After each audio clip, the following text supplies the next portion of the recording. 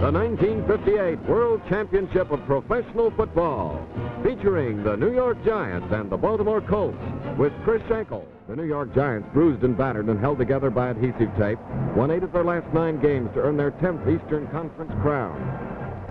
The Baltimore Colts topped off a 5-year building program by smashing to their first Western title with ease.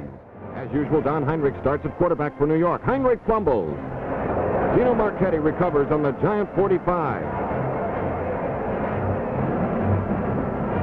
It's a big break for Baltimore, and Johnny Unitas tries to take advantage of it. But Carl Karolevich leaps in front of Raymond Berry to intercept the pass, and New York is back in business in its own 45. The burly Baltimore line refuses to cough up a first down, and Don Chandler drops back to punt. He takes his time and booms a beauty to veteran safety man Carl Tassif. Tassif is forced out of bounds on the Colt 15. Lenny Moore is flanked right, and Crow's over there to cover him. But as Unitas fires a long pass, Moore is a half step behind Crow, and that's all he needs. Lenny lopes to the 25 on a 60-yard play. Thanks to a penalty, the Colts have 11 to go on 3rd down. Lenny Moore tries to get outside, but he's cut down at the corner after 2 yards. Steve Myra is set to try a field goal. It's blocked by Sam Huff. The Giants take over on the 22, and they'll be trying to move the ball. And move they do. Connolly is at quarterback now, and he flips a short pass to Mel Triplett. Mel digs hard for a 9-yard gain. With the Colts rushing him hard, Connolly shovels a quick pitch out to Frank Gifford. Gifford gets a great block from Roosevelt Brown and gallops down the sidelines for a 43-yard gain. Bill Pellington hangs on for dear life to pull Frank down. Alex Webster takes off from his right halfback position and swings back over the middle as Connolly throws. But Alex falls on the frozen turf. It's 4th down coming up, and New York elects to go for the field goal. Pat Summerall kicks from the 36. It's good. New York fans howl for joy as the Giants lead 3-0 at the end of the first quarter.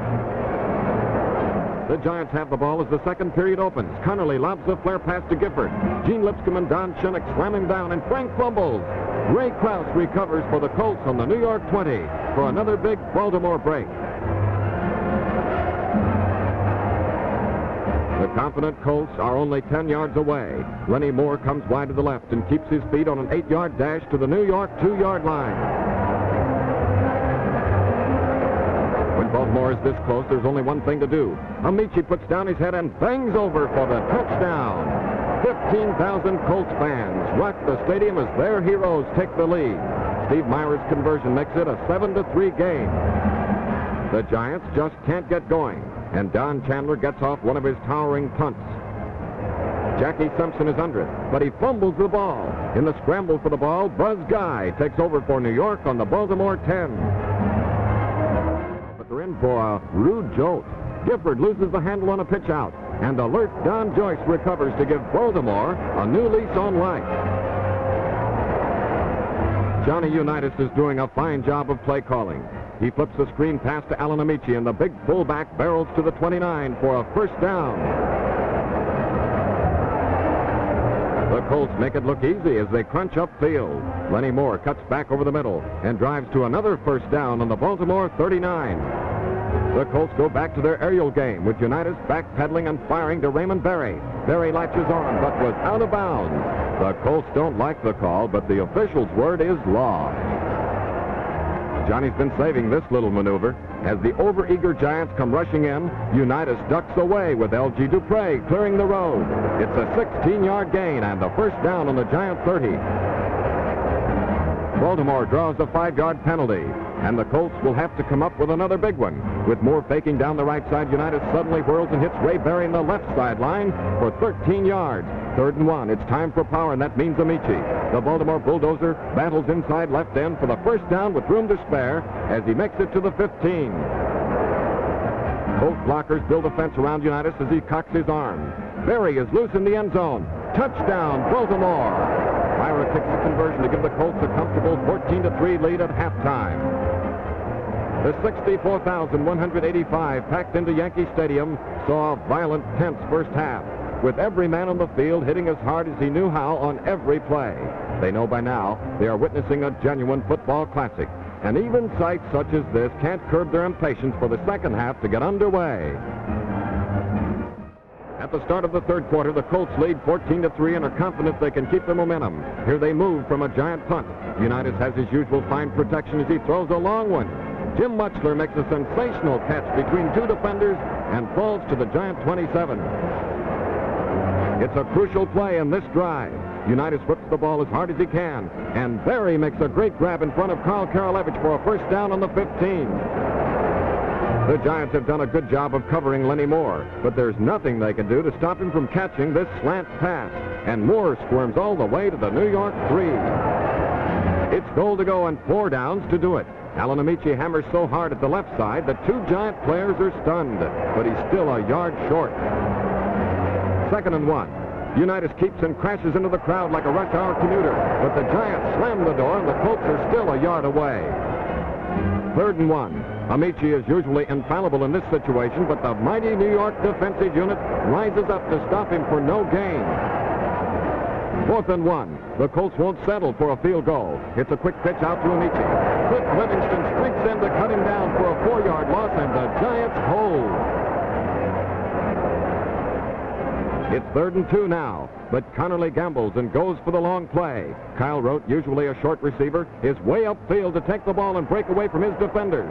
Andy Nelson and Ray Brown land on him like a ton of bricks, and Rote fumbles. Alex Webster races in to pick up the ball and carry to the 1 on an 86-yard play. The Giants are determined to see the other side of that goal line. Mel Triplett blasts into the Colts with all his might. The referee's arms go up, and the Giants have scored their first touchdown. Pat Summerall's placement makes it 14-10, and Bedlam breaks loose in the stands. The tide of battle has changed as the Colts are forced to punt, and Charlie Connerly hoists a 17-yard pass over the middle to Bob Schnelker on the final play of the third quarter.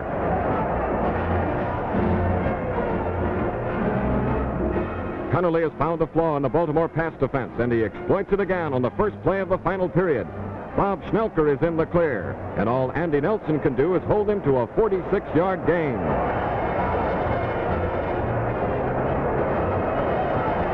First down, and Connerly comes back to throw for the fired-up Giants. Frank Gifford takes it on the run and manages to stay inbounds as he fights past Milt Davis. Touchdown, Giants! The whole complexion of this game has changed. New York now leads 17-14, and it's the Colts who must come from behind. The pressure is all on the Colts now as they move from the kickoff. Unitas passes to Berry on the far sideline, and it's a first down on the Baltimore 44. On 3rd and 9, Unitas tries that slant pass to Moore again, but this time Lyndon Crow is right on top of Lenny to break up the play. The officials decide Crow was a little too quick with that tackle, and the Colts have another first down on an interference penalty. After losing a yard, Unitas goes for the long gainer. He throws straight for the goal line, but it's just beyond the fingertips of L.G. Dupre. It's 4th down, and the Colts try for a tie as Bert Retchachar boots from the 46. Retchachar kicks too far under the ball. It's sky high and too short. Another Colt drive is dead. The New Yorkers bid for an insurance touchdown. Charlie Connerly chucks a short pass to Ken McAfee, and Ken gets out to his own 39 for a first down. The Giants put two blockers in front of Frank Gifford and send him slashing off right tackle. Gifford crosses the 50 and gets to the Colt 46. It's vital that the New Yorkers hang on to that ball, but Big Daddy Lipscomb pulls down Phil King so hard he loses his grip. Ray Krause makes his second clutch recovery of the game for Baltimore. With the ball on the New York 42, this is a golden opportunity. Unitas passes. Lenny Moore has it at the goal line. A roar goes up from the crowd, but Moore was out of bounds, and it's just an incomplete pass.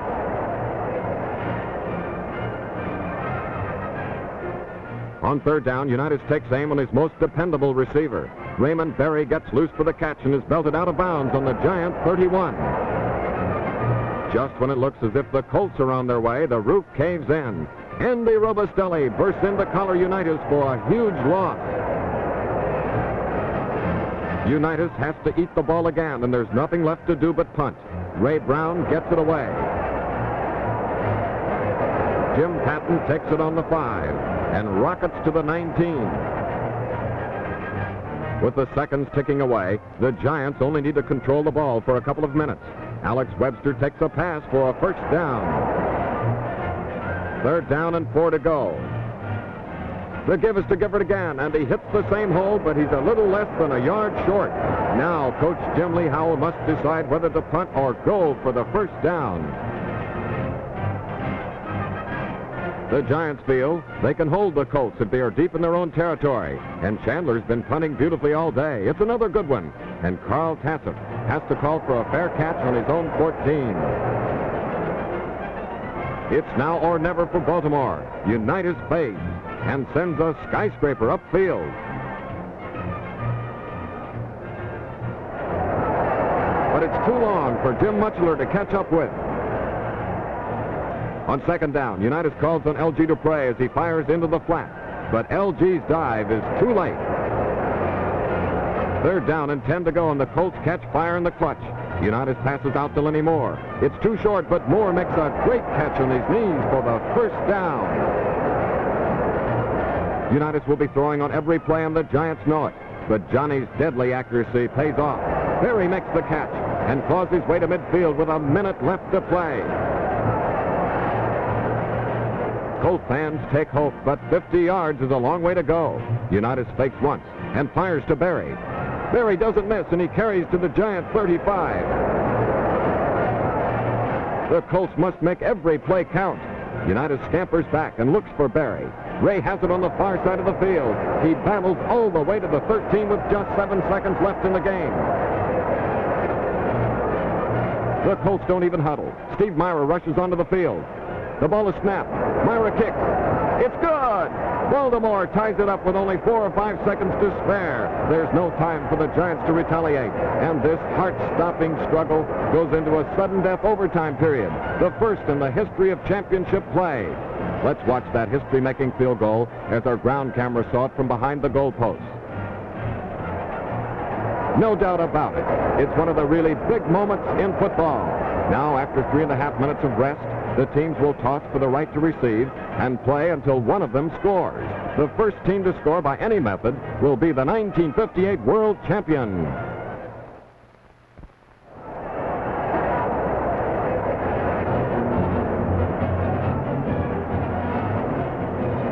After the short rest period, the Giants win the toss and elect to receive. A whistle blows, and Bert Retchachar boots the ball through the early evening gloom. An eager Don Maynard bobbles the ball, but recovers quickly and gets to the New York 20. 2nd and 6. Connolly Field, it's time to get moving.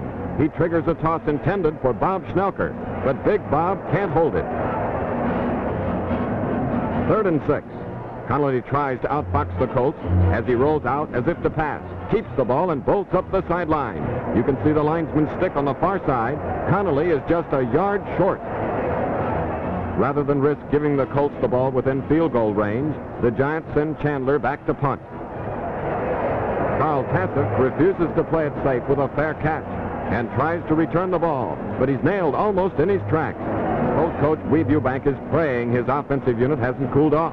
L.G. Dupre answers his prayers by taking the ball on the first play and scrambling for 11 yards over the right side.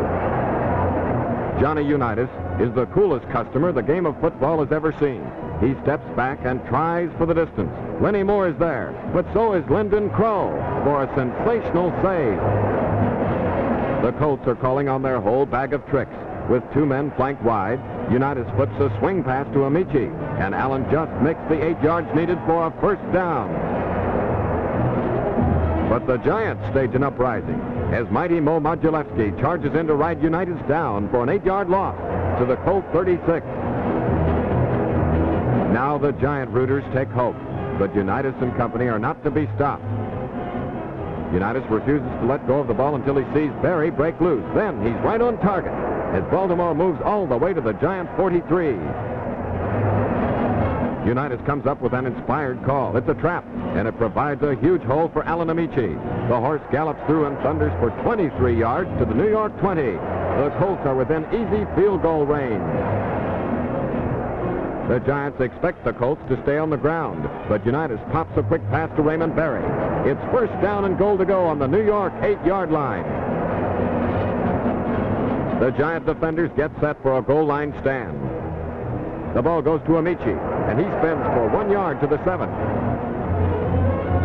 Unitas pulls another surprise. He whirls and passes all the way out to the sideline. Mutchler is there, and he makes his way to the 1. It's third down. Will they kick or try once more for the touchdown? They elect to go for the 6 points. Alan Amici dives through a huge hole, and the game is over. The Baltimore Colts win a historic overtime victory, beating the Eastern Conference champion New York Giants 23-17 in a truly magnificent come-from-behind effort. Let's watch again the play that made the Colts the world champions of football. The Colts clean everything out of the way, and Amici bounces on the touchdown turf as his delirious fans close in.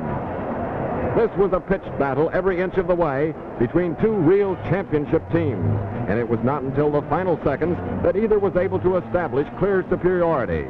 Few who were in Yankee Stadium on that long, excitement-filled afternoon will ever forget it.